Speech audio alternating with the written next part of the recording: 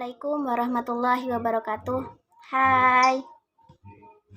Sebelumnya perkenalkan dulu, karena ada pepatah mengatakan tak kenal maka tak sayang. Sudah kenal tapi tak kunjung sayang. Perkenalkan, nama saya Ita Nur Agustin dari Prodi Pendidikan Bahasa dan Sastra Indonesia semester 4 STKIP PGRI Sumeneb. Di sini saya akan menjelaskan terkait makna kognitif untuk memenuhi tugas mata kuliah sementik dengan dosen pengampu, yaitu Ibu Suhartati.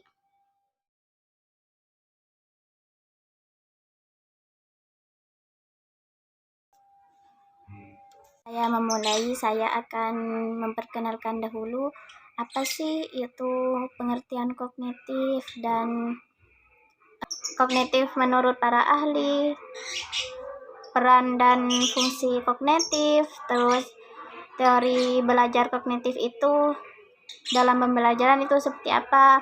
Dulu saya akan menjelaskan tentang pengertian dari makna kognitif tersebut, di mana makna kognitif disebut juga makna deskriptif atau denotatif adalah makna yang menunjukkan adanya hubungan antara konsep dengan dunia kenyataan, di mana makna kognitif tersebut dihubungkan dengan makna dunia kenyataan. Jadi makna kognitif di sini yang menghubungkan dengan dunia kenyataan. Makna kognitif adalah makna lugas, makna apa adanya. Makna kognitif tidak hanya dimiliki kata-kata yang menunjuk benda-benda nyata, tetapi mengacu pula pada bentuk-bentuk makna kognitif khususnya. Makna kognitif sering digunakan dalam istilah teknik, seperti telah disebutkan bahwa makna kognitif disebut juga makna deskriptif, makna denotatif, dan makna kognitif konsepsional.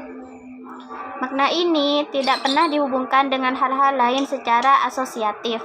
Makna tanpa tafsiran hubungan dengan benda lain atau peristiwa lain. Makna kognitif adalah makna sebenarnya, bukan makna kiasan atau perumpamaan.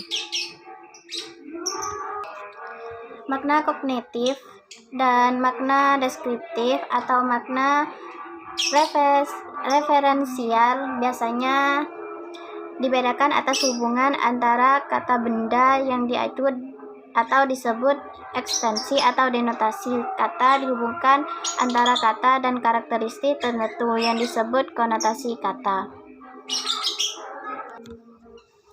Makna kognitif disebut juga makna yang ditujukan oleh acuannya, makna unsur bahasa yang sangat dekat dengannya dengan dunia luar bahasa, objek atau gagasan, dan dapat dijelaskan berdasarkan analisis komponennya. Contoh kata pohon.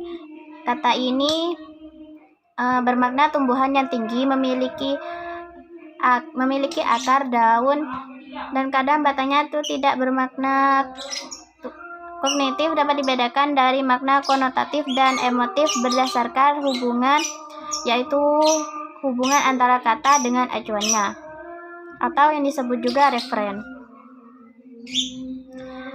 Hubungan kata dengan denotasi, dengan orang, tempat, sifat, proses, dan kegiatan luar bahasa, dan hubungan antara kata dengan ciri-ciri tertentu yang bersifat konotatif.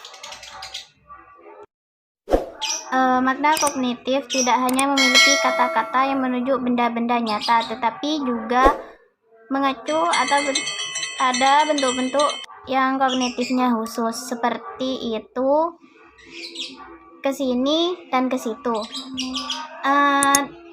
Ada beberapa pendapat mengenai makna kognitif, yaitu diantaranya menurut Williams dan Susanto, kognitif adalah cara individu bertingkah laku, bertindak, dan cepat lambatnya individu saat memecahkan masalah yang sedang dihadapi. Ada juga para ahli yang berpendapat bahwa makna kognitif adalah bagaimana anak beradaptasi dan menginterpretasikan objek dan kejadian-kejadian di sekitarnya. Peran dan fungsi kognitif yang bisa membuat seseorang bisa dengan mudah bergaul satu sama lain, yaitu diantaranya adalah Yang pertama, memori atau daya ingat. Yang kedua, perhatian. Yang ketiga, fungsi eksekutif. Yang keempat, keluasan dalam berbahasa. Yang kelima, merasakan dan mengenali. Ada juga teori belajar kognitif dalam pembelajaran di kelas, yaitu yang pertama, beberapa dan pemahaman dalam mencapai tujuan belajar menunjukkan tingkah laku seorang individu. Yang kedua, proses belajar lebih penting daripada hasil. Yang ketiga, materi belajar dipisahkan menjadi komponen kecil lalu dipelajari secara terpisah.